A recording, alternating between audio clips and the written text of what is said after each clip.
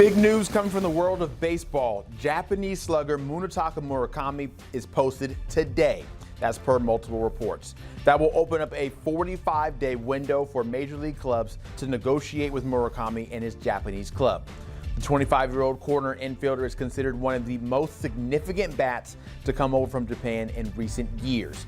In 2022, he set the NPB single-season record for Japanese-born players with 56 home runs, breaking the record set by the great Sadaharu Oh back in 1964.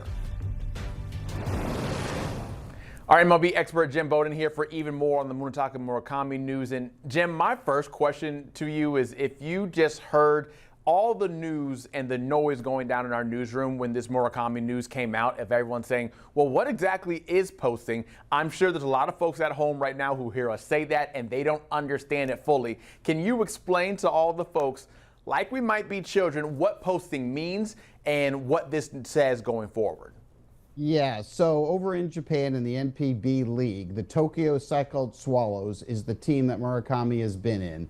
And so they have now posted him, which means all 30 major league clubs can bid on him beginning on Saturday morning. Now, he is 25 years old. Now, why is that significant? Because the rules say if you're under 25, then you are restricted with the international pool system, something that Roki Sasaki of the Dodgers was limited to last year, which means you could only make between $4 to $9 million.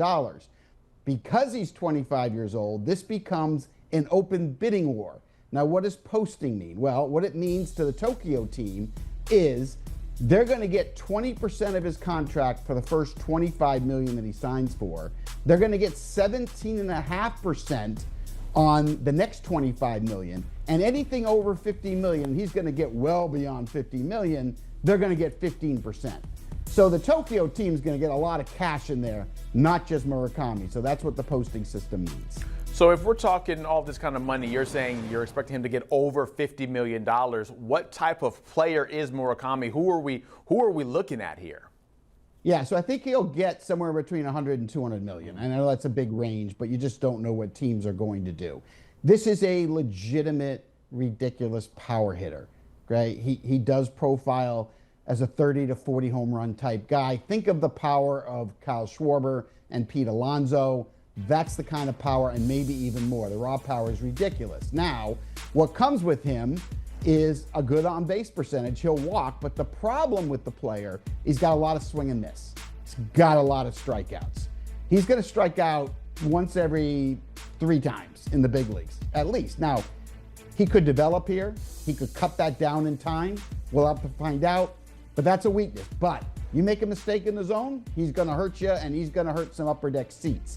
Now, in terms of defensively, he's a third baseman / first baseman. He has played both positions. He's also dealt with a lot of injuries. This past year, he had elbow surgery, had an oblique injury, but still hit 24 homers in 69 games.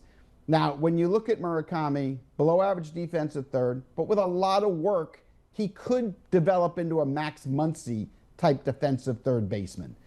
If not, you could put him at first base and work him there. Again, maybe a Josh Naylor type defensive player at first base. Not great, but probably will be able to hold his own. But he's a young kid. I've got to watch him for many years. I actually called in the last World Baseball Classic. I called his games. Loved watching him in BP. It's a very loud noise coming off the bat. So there's going to be a lot of teams that step up here, Zach. And I think the teams to watch, without a doubt, include the New York Yankees, the Los Angeles Dodgers, the Seattle Mariners, and the Boston Red Sox. I would start with those 4 teams. So I'll delve a little bit deeper into the teams that he might end up landing with a little bit down the road. But I'm curious most about a player comp, because you mentioned the power of Kyle Schwarber and Pete Alonso, maybe a little bit of the defensive deficiencies in his game. Who do you look at right now and say, this is who he's closely modeled after? Yeah, I mean, it's confusing because of the strikeouts, right? That takes most comps away. I would say the floor is probably a Max Muncy player, right? So not a guy that's going to hit 2, 3, 4 in your lineup, but more of a guy that can hit in the 5 spot or the 6 spot and give you that big power. But he will get on base. And, you know, I think he's a developmental kind of player. I think there's more of a window. But I would say that's the floor, and I would say the ceiling is probably and I have to go back in time to find him, but maybe Harmon Killebrew. We've been down this road before with the Dodgers, seeing them just open up the pocketbook, get whoever they want, and they bring them over and they continue to win. Why in this situation can you convince me that it won't be the Dodgers? And I know you mentioned a few other teams. Well, I'm not going to convince you of that because they have built such a strong group of Japanese players, from Shohei Ohtani to Hiroki Sasaki to Yoshinobu Yamamoto, the MVP of the World Series. And to bring over a young guy like Murakami, why wouldn't he want to play with all the players he played for in Japan? Why wouldn't he? Now, the other thing for the Dodgers, people are going to say, well, they just picked up Max Muncy's $10 million club option. Sure they did. They could also trade him, right? They could trade him to one of these teams that need a third baseman, like the Mariners, who would certainly love to trade for Muncy with that affordable salary they has. The other thing the Dodgers could say is, we'll start the year with Muncy as our third baseman. We'll bring Murakami over to develop so that he can take over the position full-time in 2027 when Muncy comes off the books. Everything points to that being the perfect spot for him. So I'm not going to talk you off of that just because I know if I'm that player, who wouldn't want to go to a team that just won the last 2 World Series with 3 of your friends being a very important part of that team? So I'm not going to convince you. I think the Dodgers have to be heavy favorites to land him. Let's say we're going to treat Murakami like a normal free agent right now, already playing in the majors, and if he is here in the pool with all the guys like a Kyle Tucker, a Pete Alonso, Alex Bregman, where do you rank Murakami on that list?